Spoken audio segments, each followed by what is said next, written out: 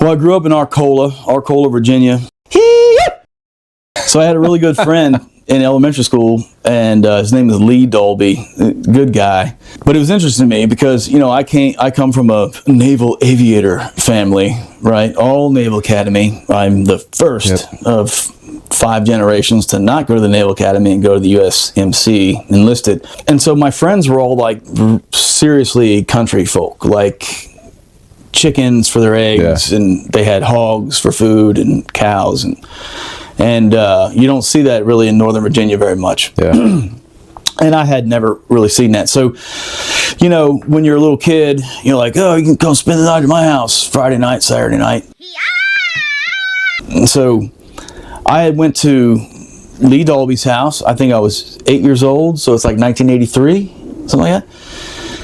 And I was amazed, first of all, that he had a BB gun. Like, I wanted a BB gun, and my dad's like, no way in hell. You'll shoot your eye out. You'll shoot your eye out, kid. But he had one, and he was about to get a 22, you know. But his dad was just this big guy, beard down to, you know, like flannel shirt all the time.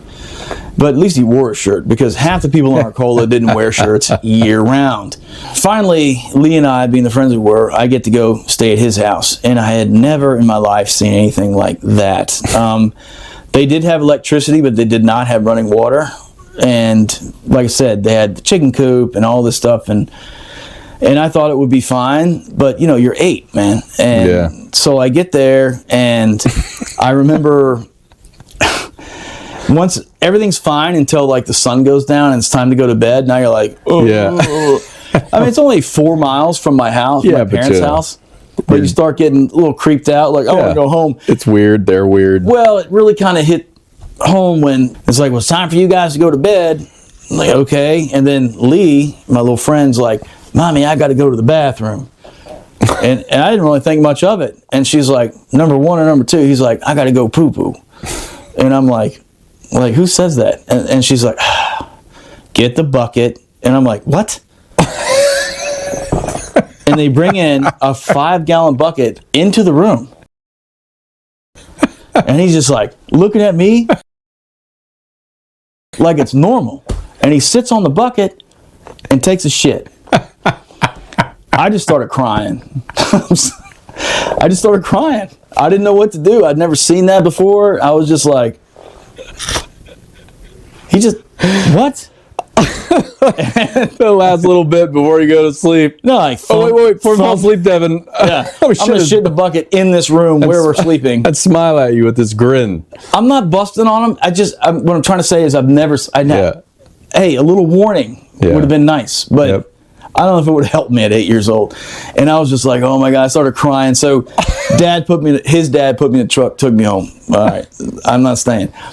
But then brought me back the next morning. So that morning, they're making breakfast, and they're going to slaughter a hog and a cow. And they're like, yeah, you can help. And I'm like, hell yeah, I can help. You know, this sounds cool.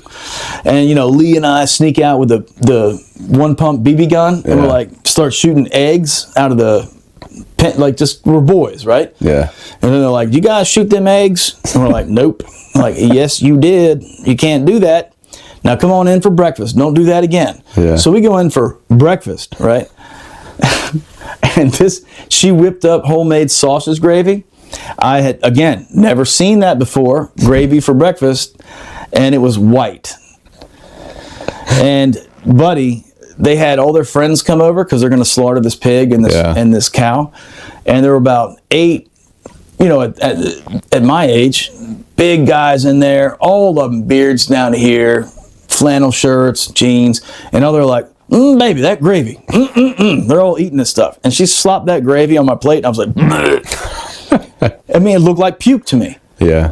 Of course, now I love it. But I just couldn't believe they were all just like, yeah, damn, baby, that gravy is good stuff. And you know, and the heat in the house was like from a kerosene heater, which everyone had burned themselves on, and then a wood stove.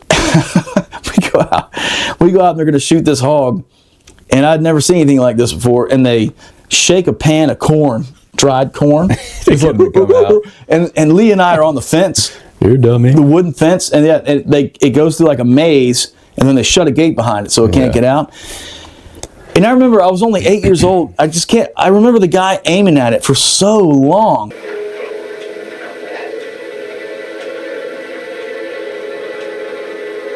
I'm like, it's 6 inches from the rifle.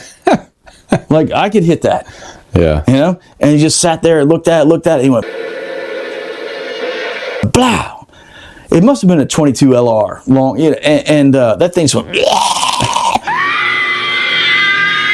and started backing up, just squealing and screaming. I'm just like, I couldn't believe it. And then he's like, shit. And it was bolt action with the tube you put in the rifle. It wasn't a lever, it was bolt. Yeah. And he's like, blow, blow, blow. And this thing just kept screaming. And I'm like, I thought it would just go, ugh.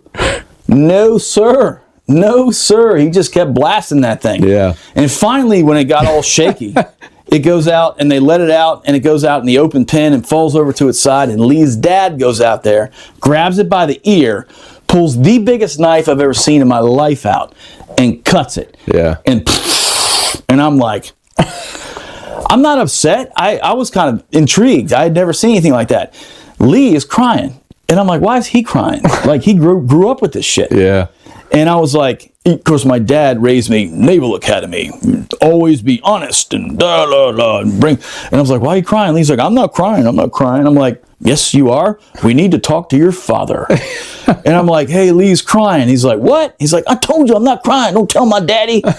And his dad comes over. He's like, Lee, why you crying, boy? And he's like, I'm only crying.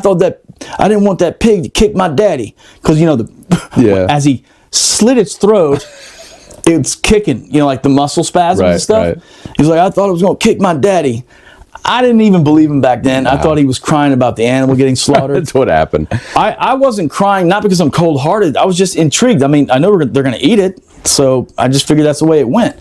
And his dad came over. I'll never forget. He looked like this big, rough and tough country guy, but he knelt down. He's like, leave that little pig, not going to hurt me. You know, obviously, I just cut its head off. 4 miles away, 2 massively different worlds. Yeah. Buddy, they cut that thing up so fast, and they just took the guts and put it in a basket and dumped it in the woods. And then they took some stuff, like the heart and the liver and all that stuff, and they're going to make sausage and all that. Next up is the cow. And I'm like, is this going to be as crazy as that? And they shot the cow, and it died instantly. Yeah. And they went over there, and I remember looking at it. I was like in the 2nd grade, right? We had to use a different gun for it. Well, pigs have a thick head. Yeah. A snake can bite them 8 times in the head and it won't kill them because they have the really thick skull and supposed to shoot it back where the spine is, whatever. Just 30 years, 40 years later, I know that. Cow, they planted it. It died, and they gutted it the same way. And I know even at that age, I knew what stomach and intestines were. Sure.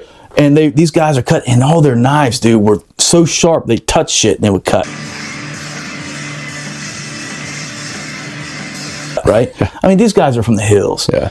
And I saw the intestines and everything. The guy's like, what's that? And he went and cut it, and a bunch of poop came out, and they all went, hee, that stinks. And I was just like, well, I could have told you that. Yeah. Like, I knew even then. I'm like in the 2nd grade, but they teach you, you start to learn health. Then they slaughtered that, cut up. Before you knew it, man, they already taken the hog fat and made like pork rinds. They just deep fried it.